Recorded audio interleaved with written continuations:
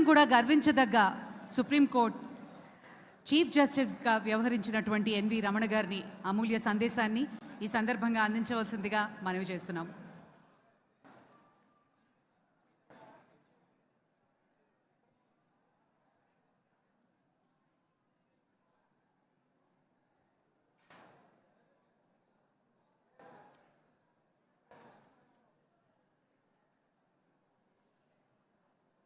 గౌరవనీయులు పెద్దలు శ్రీ త్రిదండి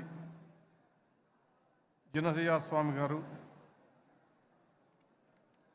ఈ సమావేశానికి ఇచ్చేటువంటి ప్రత్యేక అతిథులు శ్రీ కనుమూరి రఘురామకృష్ణరాజు గారు, తుమ్మర నాగేశ్వరరావు గారు, ఇతర పెద్దలు, అదేవిధంగా ఈరోజు తెలుగు వన్ స్ఫూర్తి పురస్కార గ్రహీతలు శ్రీ మోడసాన్ మేహన్ గారు, పాములపర్తి రామారావు గారు, శ్రీనివాసరెడ్డి గారు, శ్రీ చంద్రబోస్ గారు, నరసింహప్ప గారు, పివి రమేష్ గారు, అనంతరాముడు గారు, బాబురావు గారు, మల్లవరపు బాలలత గారు, దీపా వెంకట్ గారు, అదేవిధంగా ఈరోజు మనం అందరం ఇక్కడ సమావేశమై అభినందనలు తెలపడానికి ఒక వేదికను నిర్మించినటువంటి తెలుగు వన్ అధినేత కంటంనేని రవిశంకర్ గారు, వారి యొక్క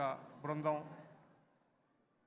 మరి అనేక ప్రాంతాల నుంచి వచ్చినటువంటి సోదరీమణులారా, మీ అందరికీ కూడా నా నమస్కారం.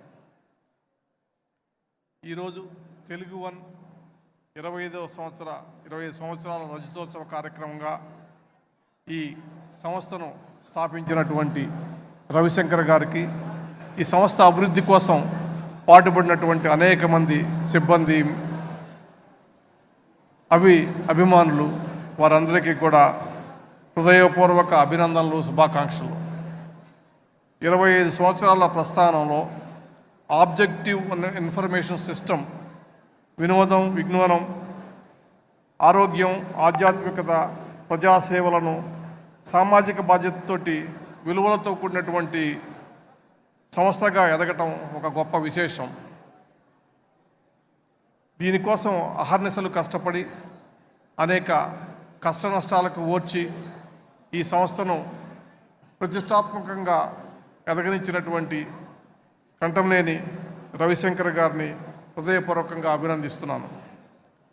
ఈరోజు తెలుగు వన్ ఛానల్ నెట్వర్క్ దాదాపు 400 ఛానల్స్, 120 మిలియన్ చందాదారులు, అదేవిధంగా తెలుగు వన్ ఛానల్లో వేల సంఖ్యలో సినిమాలు, వెబ్ సిరీస్, షార్ట్ ఫిలిమ్స్ వంటి నుంచి వినోదంతో పాటు, విజ్ఞానంతో పాటు మరి ప్రజల యొక్క ఆరోగ్యం కోసం వారికి ఉచిత వైద్యం అందించేటటువంటి అనేకమైనటువంటి కార్యక్రమాలు చేసి దాదాపు 2000కు పైగా హార్ట్ సర్జరీ చేయించినటువంటి ఘనత మరి రవిశంకర్ గారికి దక్కుతుంది.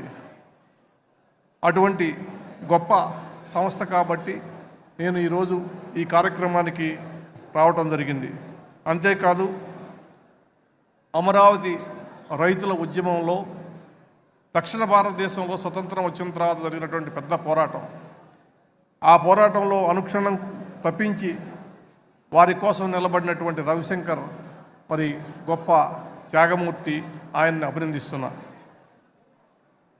ఆ ఉద్యమం ద్వారా ఆంధ్రప్రదేశ్లో తిరిగి ప్రజాస్వామ్యం నెలకొంది అనేటటువంటి విషయం మనం గుర్తుంచుకోవాలా. అమరావతి రైతులు ఉద్యమానికి మద్దతు ఇచ్చినటువంటి వారి మూలంగానే ఇవాళ ఆంధ్రప్రదేశ్లో ప్రజాస్వామ్యం నిలబడింది అనేటటువంటి విషయాన్ని మీరు అందరూ కూడా గుర్తుంచుకోవాలా. అంతేకాదు, వారికి త్యాగాలు చేసి వారికి న్యాయం చేసినటువంటి న్యాయస్థానాలను, న్యాయవాదులను ఈ సందర్భంగా మనం గుర్తుంచుకోవాలా, వారికి కృతజ్ఞతలు తెలియజేసాలా. ఇది చరిత్రలో ఒక మర్చిపోలేనటువంటి చరిత్రాత్మకమైనటువంటి విషయం అనేటటువంటి కూడా మనం గుర్తుపెట్టుకోవాలా. అంతేకాదు, ఇవాళ మరి ఈ టీవీ ఛానల్స్, అదేవిధంగా పత్రికా మాధ్యమాల నుంచి సోషల్ మీడియా, అదేవిధంగా ప్లాట్ఫామ్స్ని క్రియేట్ చేసి అనేక రకమైనటువంటి విషయాలని ప్రపంచ ప్రజలకి అందిస్తున్నటువంటి సంస్థలు చాలా ఉన్నాయి.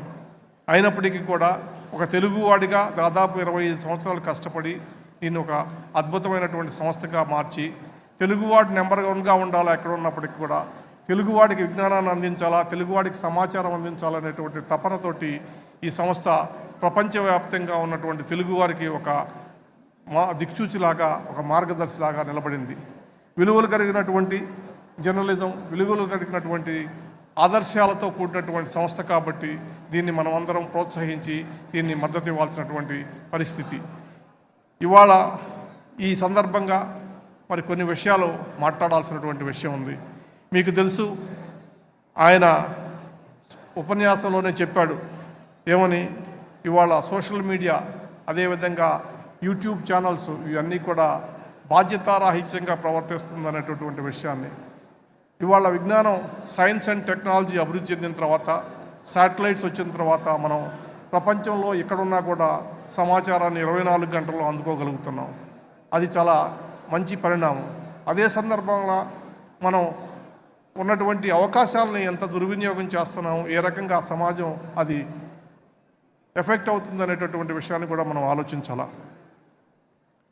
ఒక ఎజెండాతోటి మరి ప్రజా సమస్యలని, అవినీతిని, అధికార దుర్వినియోగం లాంటి అంశాలని, సామాజిక రుగ్మతలను ప్రశ్నించేటటువంటి జర్నలిజం పోయి ఒక ఎజెండాలతోటి వాళ్ళ యొక్క నచ్చినటువంటి పార్టీలతోటి, నచ్చినటువంటి పార్టీ నాయకులను మాత్రమే ప్రశంసిస్తూ సమస్యల్ని దాచేటటువంటి పరిస్థితి ఉంది. వాళ్ళ ఎజెండా ఆధారిత జర్నలిజం అభివృద్ధి చెందదు. దానివల్ల సమాజానికి మేలు జరుగుతుంది. మరి మీకు నచ్చినటువంటి ఒక పార్టీ కానీ, ఒక నాయకుడినో కానీ అతిగా పొగట్టడం వల్ల, లేనిది ఉన్నది అని చూపించడం వల్ల, అభూత కల్పనల వల్ల, అబద్ధ ప్రచారం చేయటం వల్ల మీరు వారు సాధించినటువంటి విజయాలను కూడా మరుగున పడిపోయేటటువంటి ప్రమాదం ఉంది.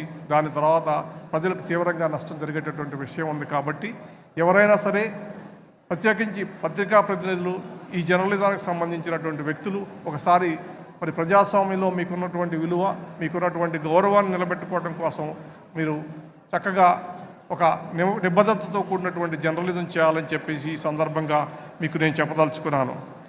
అదేవిధంగా మానవత్వంతో కూడినటువంటి వార్తలు, నిజాయితీ సమాచారం అందిస్తే మిమ్మల్ని ప్రజలు హర్షిస్తారు. మరి బ్రేకింగ్ న్యూస్ పేరుతోటి మరి హెడ్లైన్స్ కోసమో లేకపోతే వ్యూవర్షిప్ కోసం మీరు చేసేటువంటి ప్రయత్నాలు కనుక చేస్తే అది జర్నలిజానికి ఒక తలంపు తెచ్చి, అదేవిధంగా జర్నలిస్ట్ అంటే గౌరవం లేనటువంటి పరిస్థితి వస్తుంది. ఈ పరిస్థితి నుంచి మరి ప్రభుత్వం దీన్ని రెగ్యులేట్ చేయాలా, లేదా మీ అంతటా మీరు సెల్ఫ్ రెగ్యులేటరీ మెకానిజం ద్వారా దీన్ని రెగ్యులేట్ చేసుకుంటారా అనేటటువంటి విషయం ఆలోచించాలా. ఒకసారి ప్రభుత్వం కనుక రెగ్యులేటరీ పద్ధతిలో కనుక పోయేటైతే మీకు తెలుసు, అనేకమైనటువంటి నిబంధనలు పెట్టి మరి ఇవాళ ప్రజలకి సరైనటువంటి సమాచారం ఇవ్వలేని పరిస్థితి వస్తుంది. ఇటీవల కాలంలో మనం చూసాం, అనేక సందర్భాల్లో వ్యక్తుల గురించి, వ్యక్తుల జీవితాల గురించి మరి హననం చేసి ఏ రకంగా బాధ పెడుతున్నారు. ఇటువంటి పరిస్థితి ఉండకూడదని అనుకుంటున్నా. ప్రభుత్వం లేదా కోర్టులు కానీ మరి వాళ్ళ జర్నలిస్టులకి స్వేచ్ఛని ఇవ్వటం కోసం ప్రయత్నం చేస్తుంది. రాజ్యాంగం ఇచ్చినటువంటి హక్కుని మీరు సద్వినియోగపరచుకోవాల్సినటువంటి అవసరం కూడా ఉంది.